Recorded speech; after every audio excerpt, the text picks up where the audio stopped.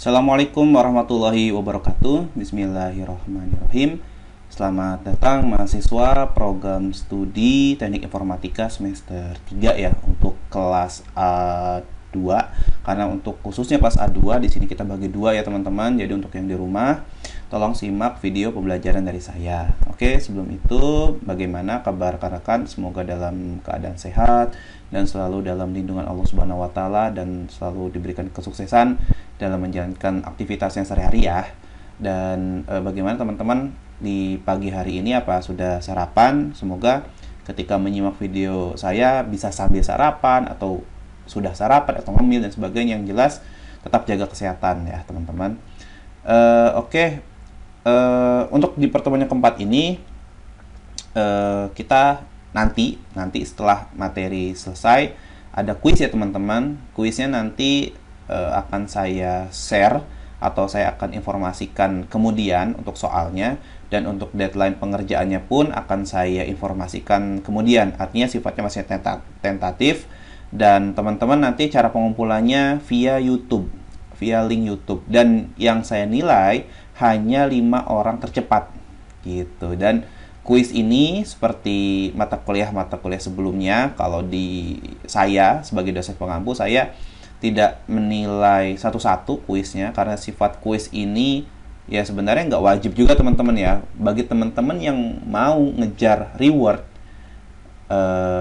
untuk mendapatkan auto 100 UTS-nya teman-teman ya. Di sini saya tekankan lagi UTS-nya. Jadi saya sudah mengambil keputusan untuk reward UTS, untuk reward 100, auto 100-nya itu hanya UTS ya teman-teman. Untuk UAS nanti beda lagi. Nah, dan itu akan saya ambil kalau untuk kelas A2 10 orang. Jadi 5 orang yang daring, 5 orang yang luring. Jadi saya ambil 5 orang. Dan itu yang tercepat dan yang tepat ya dalam mengerjakan. Jadi kalau cepat ngumpulinnya tapi isinya nggak benar, itu nggak akan saya masukkan gitu. Jadi kalau teman-teman yang nggak ngerjain gimana Pak? Nggak masalah kalau kata saya. Ya, maksudnya bukan hal yang wajib, dan itu tidak mempengaruhi nilai ke depannya. Asal kalau nanti tugas utamanya ngerasa yakin, absensinya bagus, UTS UASnya juga merasa bisa mengerjakannya, itu pun masih bisa ada peluang dapat A ya teman-teman. Jadi diingatkan kembali untuk kuis ini sifatnya tidak wajib ya teman-teman. Tapi kalau yang mau mengejar reward auto 100 UTS-nya, monggo saya persilahkan gitu ya. Dan sifat pengumpulannya nanti via WA aja, wapri ke saya linknya. Jadi saya bisa lihat nih siapa dulu yang ngumpulin gitu ya teman-teman. Oke. Untuk di pertemuan yang keempat, sebelum kita ke kuis ya teman-teman, di sini ada yang mau saya sampaikan dan yang saya bagikan ke teman-teman. Sebelumnya di pertemuan 4 ini saya jelaskan kembali tentang deskripsi singkatnya. Semoga teman-teman tidak jenuh ya dengan saya menjelaskan deskripsi singkat di sini. Mata kuliah ini akan membahas tentang, diulang lagi ya, pemahaman penggunaan algoritma yang dijadikan dasar untuk melakukan analisis suatu permasalahan dan sebagainya. Intinya dari mata kuliah ini adalah saya mengharapkan teman-teman bisa membuat aplikasi menggunakan bahasa pemrograman Java, interface-nya sudah GUI, kemudian temanya transaksi, dan di sana minimal ada fitur create, read, update, delete, dan berhubungan dengan database ya teman-teman. Kemudian maka daripada itu saya ingatkan kembali untuk tugas utamanya sudah dicicil ya teman-teman. Jangan sampai kelewat nih. Sekarang sudah pertemuan keempat kalau kita masih ada PR1 ya. Ada hutang satu pertemuan, nanti kita adakan jadwal pengganti. Jadi sebentar lagi kita akan UTS ya teman-teman. Jadi kalau bisa buat teman-teman yang tugas utamanya sudah mulai nyicil-nyicil, itu sudah bagus. Yang belum, ayo segera kerjakan. Jangan sampai nanti bilangnya, Pak, saya lupa, Pak, saya waktunya singkat dan sebagainya. Hati-hati, karena tugas utama adalah indikator penting dalam lulus mata kuliah saya. Oke, capaian pembelajarannya nanti kita fokus, yang poin pertama itu fokus di kuis ya. Jadi kalau ada yang nanya, Pak, kuisnya tentang apa? Ya berarti tentang yang sudah kita pelajari ya, gitu, tentang text field, tentang radio button, combo box. Terlebih combo box bernilai ya. Di sini nanti tinggal studi kasusnya saja yang akan saya berikan ke teman-teman. Entah itu nanti transaksi bioskop, misalnya contohnya ya, transaksi pulsa dan sebagainya, itu dijadikan soal kuis dan mengikuti fitur yang saya minta. Dan di poin kedua kita mencoba untuk mengintegrasikan ya, kita sudah mulai menggunakan SQL ya teman-teman ya. Jadi bagaimana nanti kalau di sini kita mempelajari bagaimana mengkoneksikannya dulu ya antara Java dengan MySQL seperti itu. Kemudian di sini bahan kajiannya adalah quiz, dan di sini kita akan membuat form login ya menggunakan database MySQL. Kalau di minggu yang kedua ya, seingat saya teman-teman, itu form loginnya masih form login pakai source aja. Jadi isian username sama passwordnya itu sudah ditentukan dari source code. Jadi kita tidak menggunakan database. Nah, sekarang bagaimana sih gitu kan untuk mengkoneksikan antara Java dan MySQL. Oke. Nanti di sini install XMPP-nya. Oh iya, kita butuh aplikasi XMPP ya teman-teman, ini sebagai web servernya. Kemudian nanti buat file koneksi.java. Nanti kita butuh yang namanya drivernya MySQL JDBC. Kemudian source code pada formnya. Tadi maksudnya di pada login formnya ya. Pada form loginnya maksudnya. Dan setahu saya kalau yang di versi 8.2 masih namanya MySQL JDBC ya, Java Database Connector kalau nggak salah ya, atau connectivity. Nanti mungkin di 10 ke atas kalian bisa cari hal yang serupa ya, karena kita butuh driver ini untuk ya tadi fungsinya untuk menghubungkan gitu bahasa pemrograman Java dan MySQL. Oke, kita langsung saja. Yang pertama kita nyalakan dulu ya XMPP-nya. Di sini ada Apache. Apache di sini ya sebenarnya fungsinya sebagai web server untuk menjalankan PHP-nya, karena kita nanti menggunakan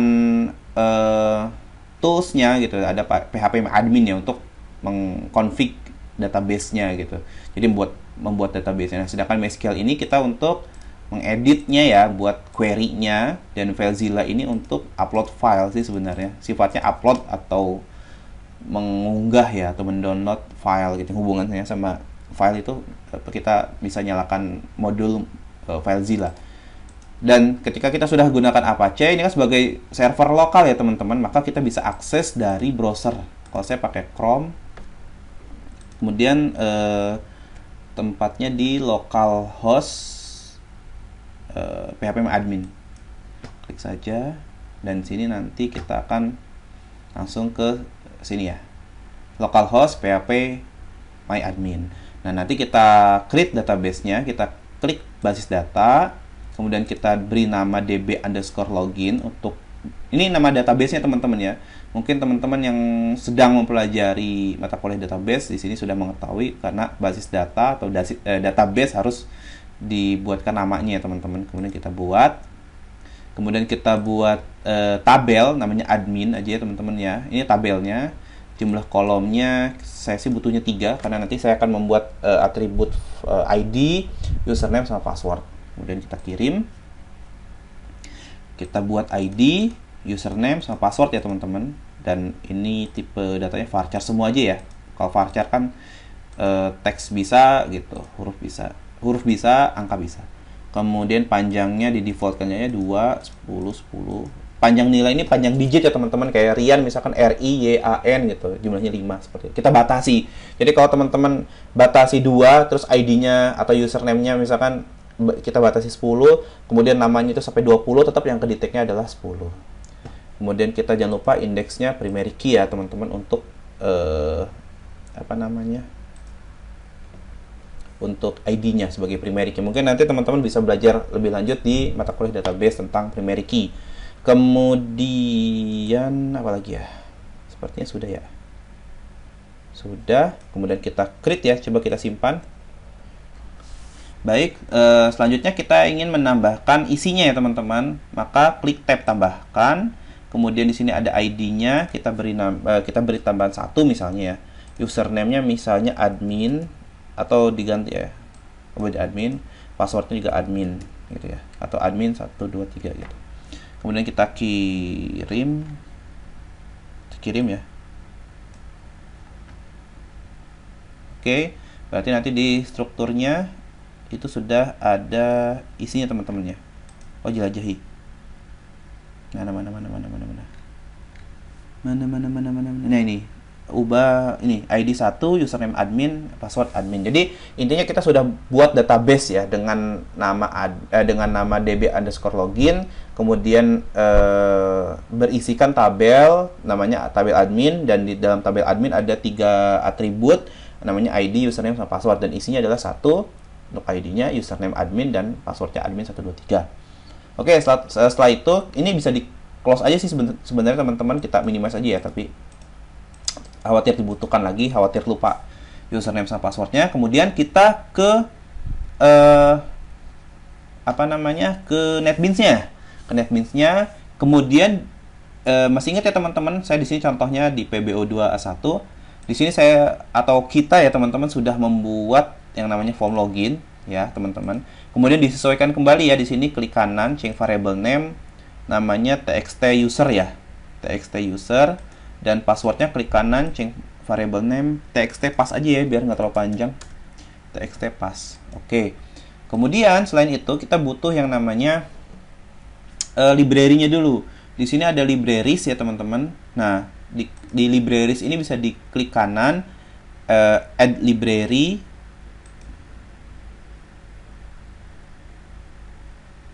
Nah, kemudian kita scroll ke bawah, kita cari MySQL JDBC.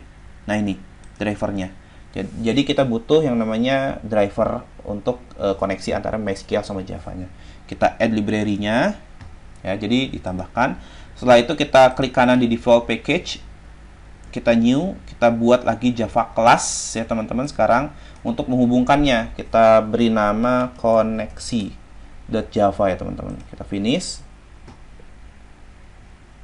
Nah, koneksi Java ini sebagai penghubung juga ya, jadi buat kelas tambahan, dan source-nya sudah saya siapkan ya teman-teman. Di sini kita copy paste aja, Ctrl C, kita paste. Nanti source-nya saya akan berikan ya teman-teman, jadi biar teman-teman nggak perlu ngetik lagi. Nah, di sini fungsinya kita sudah importkan terlebih dahulu ya di source-nya untuk Java SQL connection-nya, SQL driver manager-nya, statement-nya. Ini untuk option pane-nya ya, untuk memunculkan notifikasi.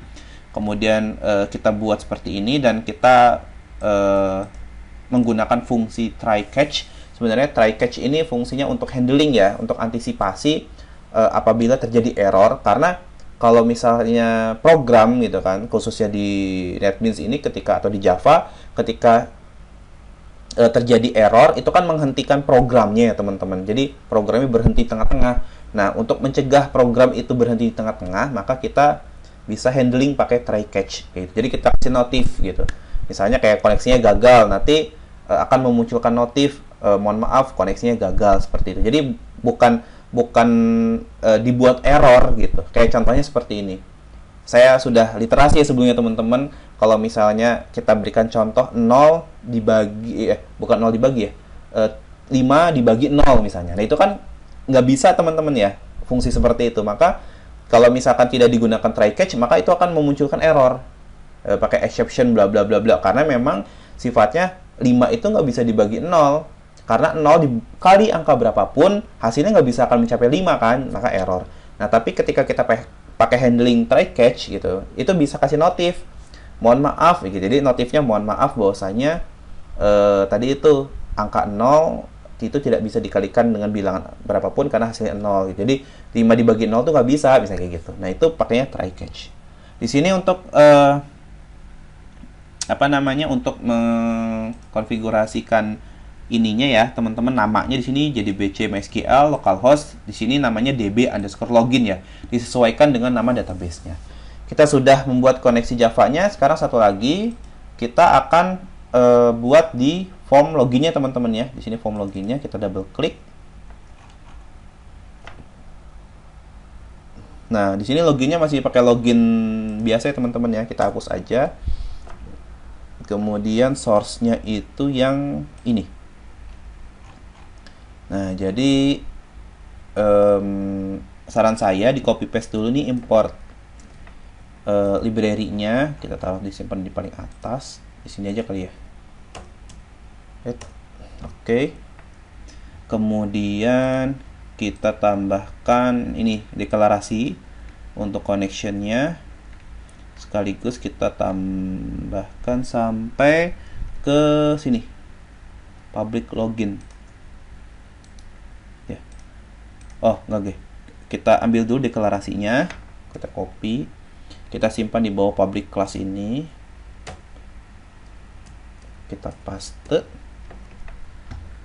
Kemudian ada public login ini komponen, kita tambahkan koneksinya buat manggil fungsi ya. Di sini dikasih keterangan pemanggilan fungsi koneksi database yang sudah kita buat pada kelas koneksi Java.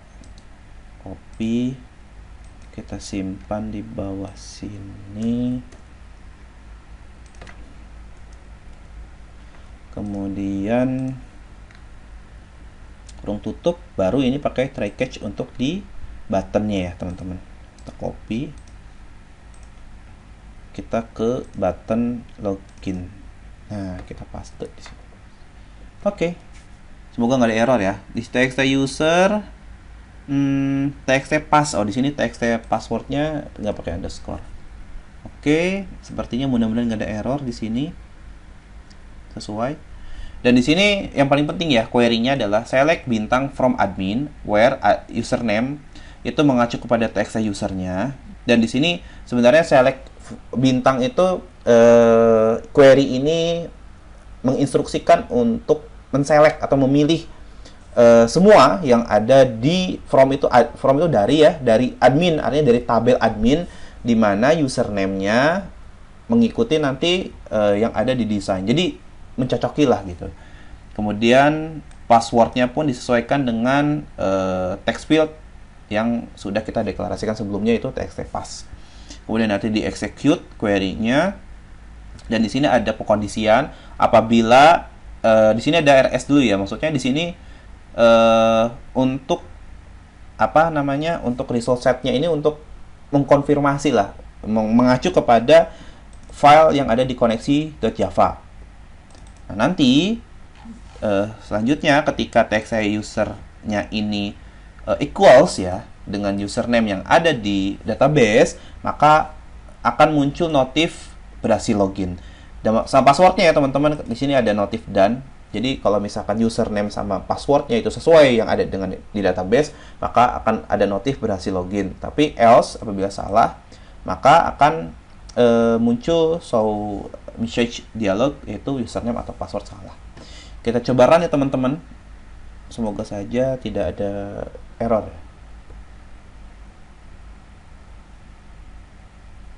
Oke, coba kita cek username. Oh ya, kita admin ya.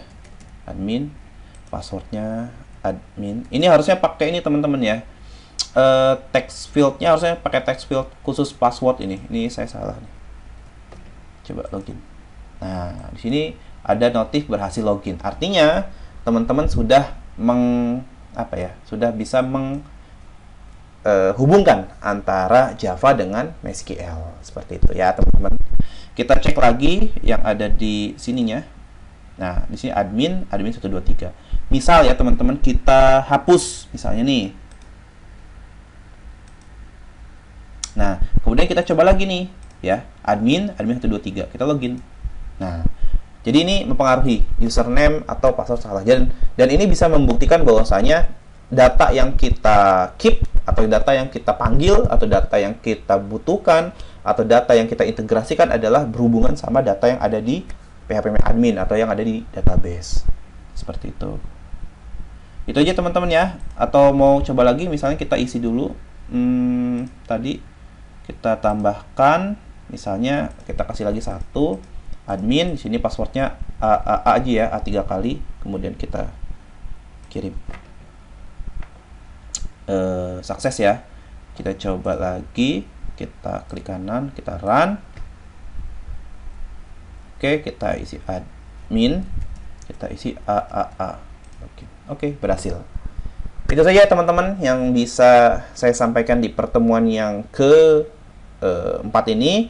Insya Allah teman-teman, untuk pertemuan minggu depan, ketika kita sudah dapat nih dasarnya ya teman-teman, kita dapat base-nya, sudah mempelajari gitu kan terkait bagaimana mengkoneksikan antar MySQL sama Java, dan kita sudah mulai berinteraksi dengan database, maka nanti di minggu depan kita sudah mulai coba insert ya. Mungkin dari saya buatnya nanti kayak data mahasiswa ya, atau misalnya bisa juga kita buat dari form login. Artinya di sini kan kalau kita Sebenarnya kan tadi ya di ppm admin itu kan sebenarnya back end-nya ya teman-teman ya. Kan nggak mungkin user ngoprek-ngoprek itu kan. Nah, mungkin saja nanti di minggu depan kita mulai sudah membuat bagaimana form login ini kita kembangkan jadi ada registernya gitu. Jadi kita register dulu, diinputkan ke database, kemudian kita panggil untuk login ke sebuah aplikasi. Nah, nanti kemudian bagaimana kita bisa mengedit, mendelete gitu kan database tersebut, dan kalau bisa nanti kita sampai ke ekspor minimal ke file Excel ya, file Excel. Itu aja teman-teman yang bisa saya sampaikan. Mohon maaf sekali apabila ada kekurangan dan kesalahan. Sekali lagi saya mohon maaf, saya tutup perkuliahannya. Untuk kuisnya nanti tunggu informasinya dari saya teman-teman. Wabillahi taufiq wal hidayah. Wassalamualaikum warahmatullahi wabarakatuh.